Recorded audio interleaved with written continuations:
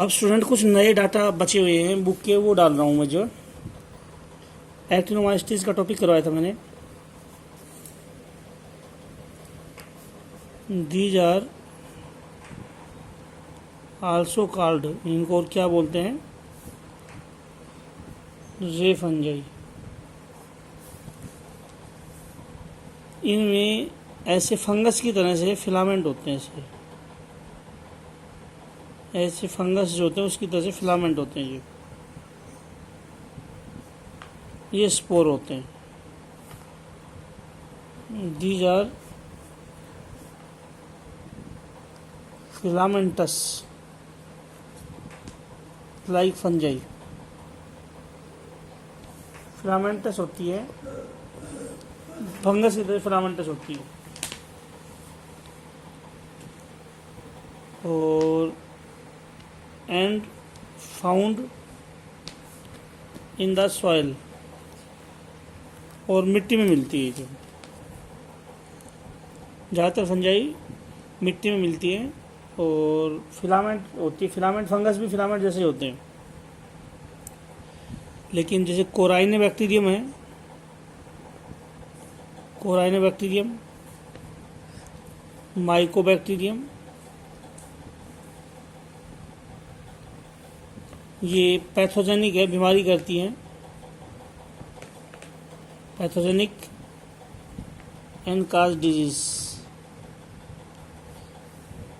ये फिलामेंटस नहीं है। दीज आर नॉट, इनको तो ये लिखो पहले, ये दोनों डिजीज करती है, पैथोजेनिक है। फिलामेंटस की जो अलग बात है, लेकिन इससे बीमारी होती है डिफ्थीरिया।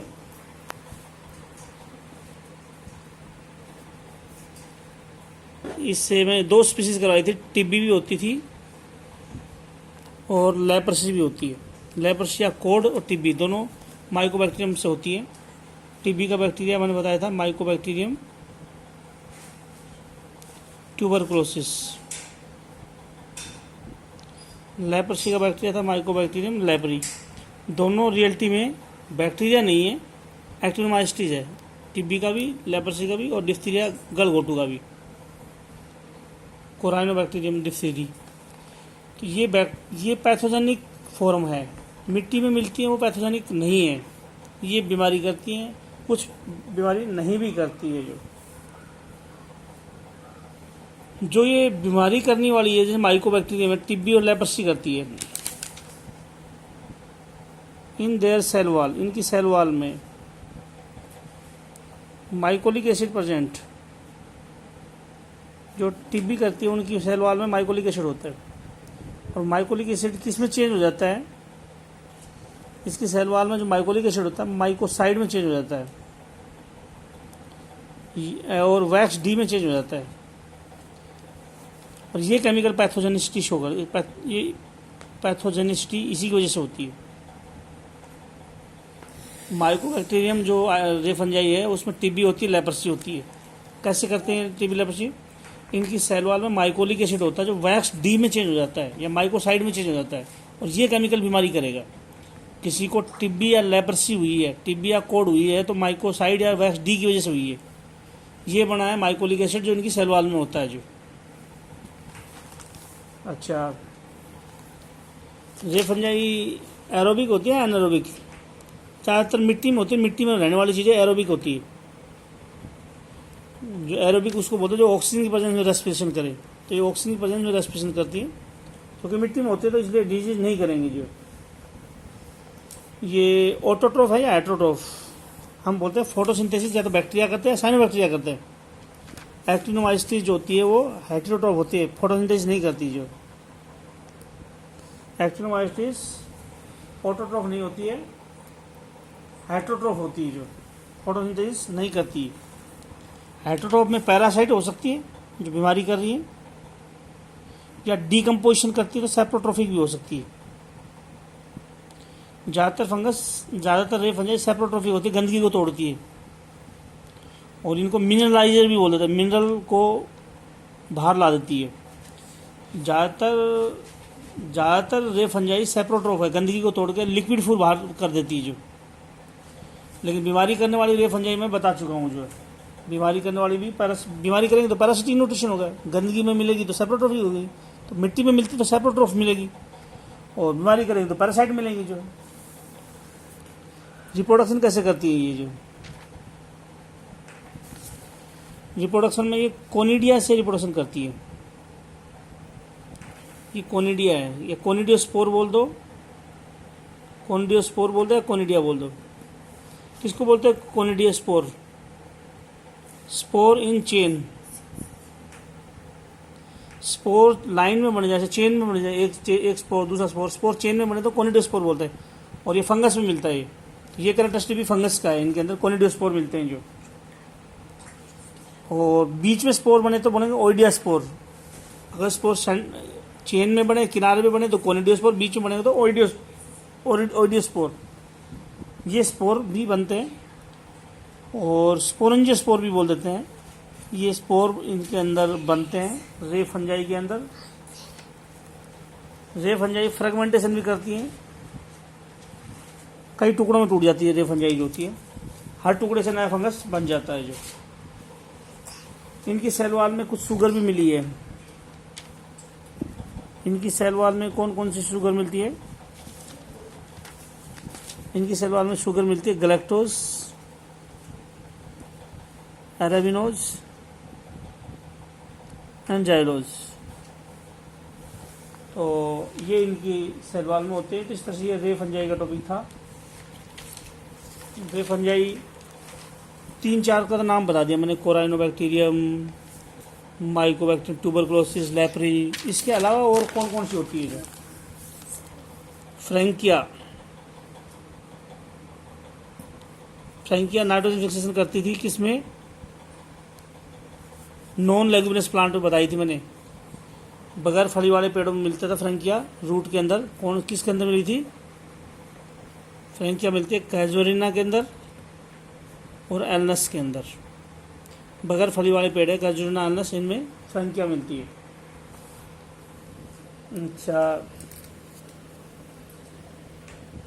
ये थे रे फंजाई। इसके अलावा एक स्टेप्टोमाइसिस, इससे एंटीबायोटिक निकलती थी, और वो एंटीबायोटिक की लिस्ट बनाई थी मैंने जो। स्टेप्टोमाइसिस जो होती है उससे एंटीबायोटिक निकलती है। तो एंटीबायोटिक की मैं थोड़ा सा लिस्ट बना देता हूँ, एंटीबायोटिक के बारे में बता देता हूँ। एंटीबायोटिक के बारे में ज़्यादा बारे में बता नहीं पाया था मैं उस वक्त जो, अब एंटीबायोटिक के बारे में थोड़ा बता देता हूँ। अगर एंटीबायोटिक पूरी दुनिया में 7,000 टाइप की एंटीबायोटिक है, डिस्कवर हो चुकी है।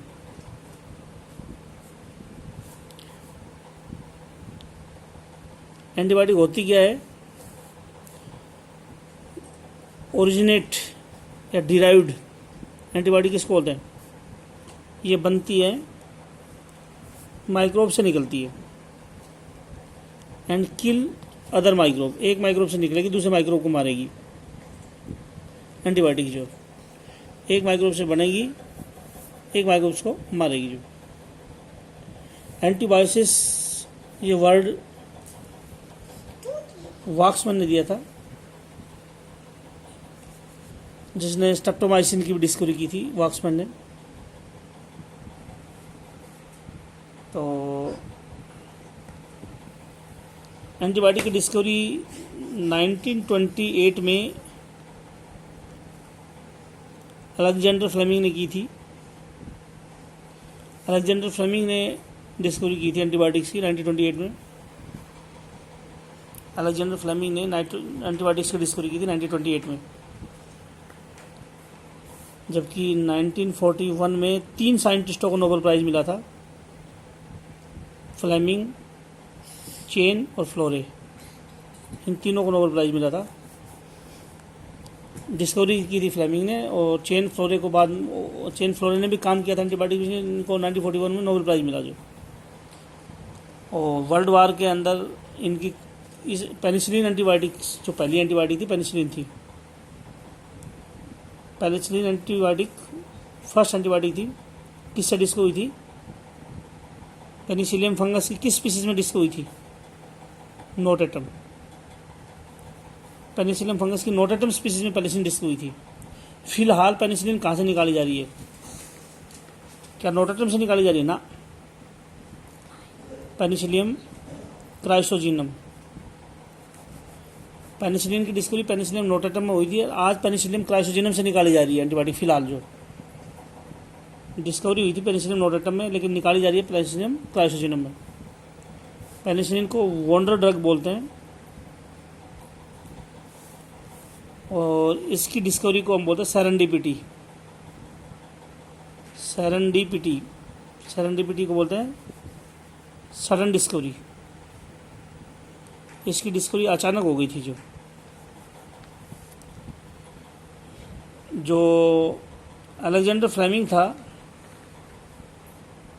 एक बैक्टीरिया पे काम करने लग रहा था, अचानक ये फंगस मिक्स हो गई और बैक्टीरिया मर गया। कैसे हुई थी अचानक डिस्कवरी, वो बता रहा हूँ। अलेक्जेंडर फ्लेमिंग एक बैक्टीरिया पे एक्सपेरिमेंट करने लगा था जिसका नाम था staphylococcus. Alexander Fleming bacteria staphylococcus पे एक्सपेरिमेंट करने लग रहा था। ये स्टेफाइलोकोकस बैक्टीरिया, वो अचानक पेनिसिलिन मिक्स हो गई और पेनिसिलिन ने बैक्टीरिया को मार दिया। तो पेनिसिलियम फंगस से पेनिसिलिन निकली, जिसने बैक्टीरिया को मार दिया। तो क्या कहा फिर अलेक्जेंडर फ्लेमिंग ने? बोला सबको ये केमिकल दे दो, जिसको भी बैक्टीरिया की बीमारी है ये केमिकल दे दो, वो केमिकल बैक्टीरिया को मार देगा। और इस केमिकल का नाम पेनिसिलिन रखा गया, जो पेनिसिलियम फंगस से डिस्कवरी हुई थी। बैक्टीरिया को मारा था शुरू में, जो इसलिए आज तक बैक्टीरिया को मारती है ये फंगस जो है। तो बैक्टीरिया को इस तरह से इसकी डिस्कवरी अचानक हुई थी। जो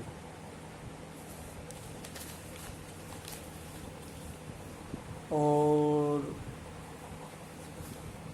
एक स्टेप्टोमाइसिस एक्टिनोमाइसिस है। स्टेप्टोमाइसिस तो रे फंजाई है, एक्टिनोमाइसिस है। एक्टिनोमाइसिस को रे फंजाई बोलते हैं ना। स्टेप्टोमाइसिस को एक्टिनोमाइसिस या रे फंजाई। हाँ, इस रे फंजाई के अंदर कितनी एंटीबायोटिक निकलती है? 41 एंटीबायोटिक। और एक बैक्टीरिया है bacillus subtilis,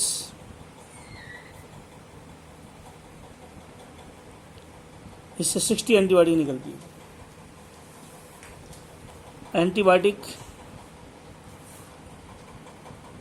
mostly anti bacterial होती है, मोस्टली एंटीबायोटिक होती है, एंटी बैक्टीरियल होती है, मोस्टली बैक्टीरिया को मारती है। यानी एंटीबायोटिक वायरस को नहीं मारती, वायरस की बीमारी ठीक नहीं करती, बैक्टीरिया की डिजीज ठीक करती है। जो नाइस्टेटिक है ये एंटी फंगल भी है।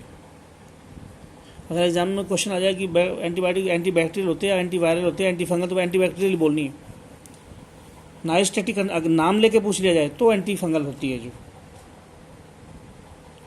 और बैक्टीरिया को कैसे मारती है एंटीबायोटिक्स? हम बोलेंगे या तो मारेंगे, बैक्टीरिया को मारे तो बोलेंगे एंटी बैक्टीरिया, बैक्टीरियोसाइडल। अगर बैक्टीरिया को मारे तो एंटीबायोटिक को बोलो बैक्टीरियोसाइडल, किल बैक्टीरिया। या तो बैक्टीरिया को मारेंगी या बैक्टीरियोस्टैटिक,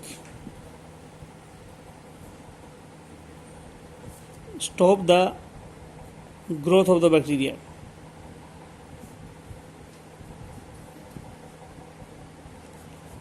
या तो बैक्टीरिया को मारेगी तो बोलेंगे बैक्टीरियोसाइडल, बैक्टीरिया ग्रोथ को रोकेगी तो बोलेंगे बैक्टीरियोस्टैटिक।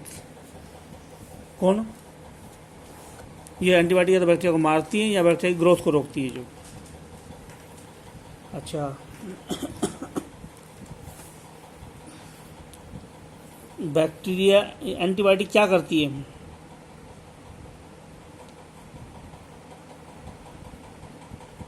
एंटीबायोटिक कैसे मारती बैक्टीरिया को? Stop cell wall synthesis, cell wall को बनने नहीं देगी। या तो कौन सी है? पेनिसिलिन सेल वॉल को बनने नहीं देती। And cephalosporin. पेनिसिलिन और सिफेलोस्पोरिन बैक्टीरिया की सेल वाल को बढ़ने नहीं देती, यानी सेल वाल को रोकती है बढ़ने को। जो कुछ होती है सेल मेम्ब्रेन को नहीं बढ़ने देती। Stop cell membrane, cell membrane को रोकेगी, उसका नाम है फंगस के अंदर सेल मेम्ब्रेन को रोकेगी नाइस्टेटिन, पोलीमिक्सिन और ग्रामिसिडिन। ये सेल मेम्ब्रेन को ऊपर इफेक्ट डालेगी। सेल या तो सेल वाल को रोक देगी बैक्टीरिया का, बैक्टीरिया मर जाएगा, या सेल मेम्ब्रेन पर इफेक्ट डालेगी। या ज़्यादातर एंटीबायोटिक जो होती है, ज़्यादातर एंटीबायोटिक राइबोसोम को रोकती है, इनहिबिट राइबोसोम।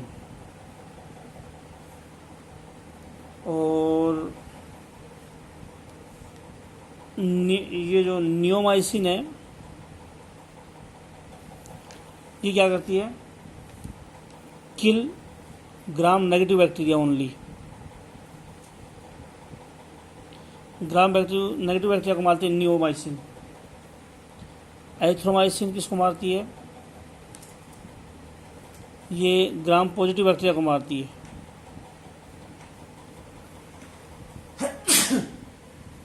और एंटीबायोटिक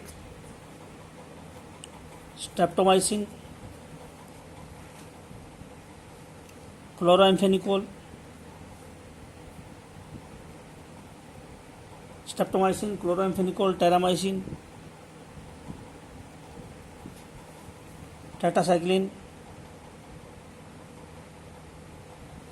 ये दोनों को मारती, किल बोथ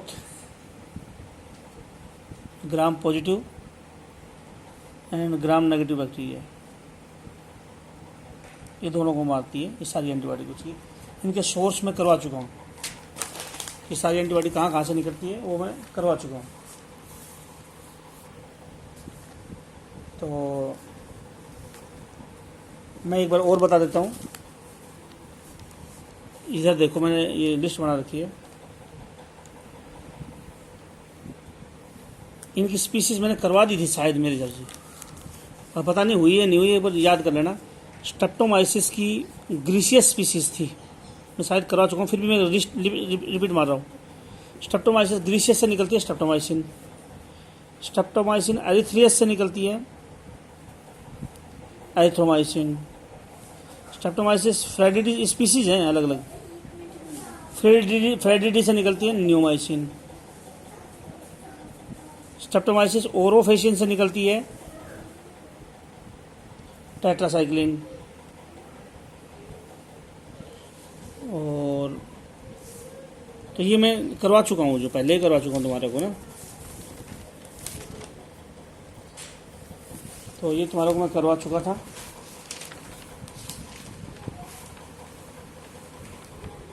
अब अगला टॉपिक मैं पहले लेता हूँ, थोड़ा सा कुछ डाटा माइकोप्लाज्मा पे ले रहा हूँ। जो माइकोप्लाज्मा का नाम मोलिक्यूट भी है, MLO यानी माइकोप्लाज्मा लाइक ऑर्गेनिज्म भी है, माइकोप्लाज्मा लाइक ऑर्गेनिज्म।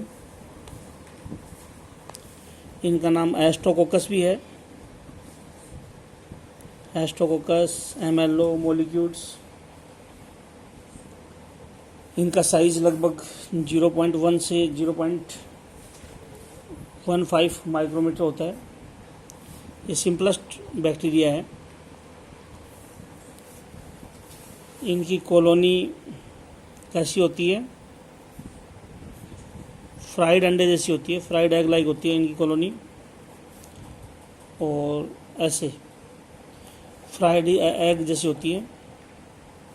और उसकी कॉलोनी में फ्राइड अंडे जो है, उसका बीच वाला हिस्सा तो काफ़ी धुंधला होता है, फ्राइड एग के जैसा दिख रहा है, और बीच में से धुंधला होता है, और थोड़ा सा बीच में तो ओपेक होता है।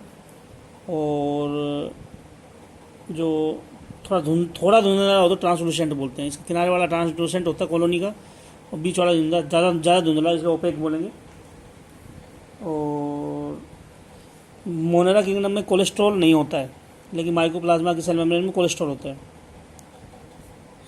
कोलेस्ट्रॉल रिच होती है सेल मेम्ब्रेन माइकोप्लाज्मा की जो है, और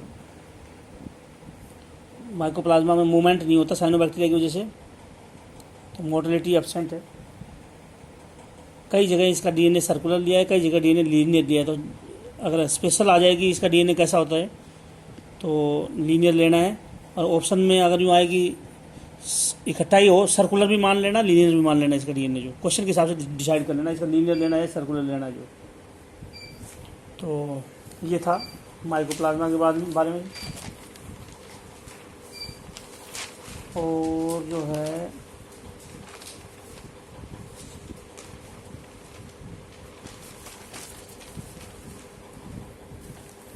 साइनोबैक्टीरिया हाई टेम्परेचर को क्यों टॉलरेट कर जाता है?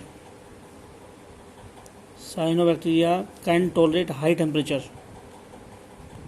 साइनोबैक्टीरिया को कुछ डाटा दे रहा हूँ जो हाई टेम्परेचर साइनोबैक्टीरिया टॉलरेट करता है क्योंकि इनमें होमोपोलर बॉन्ड होते हैं। जो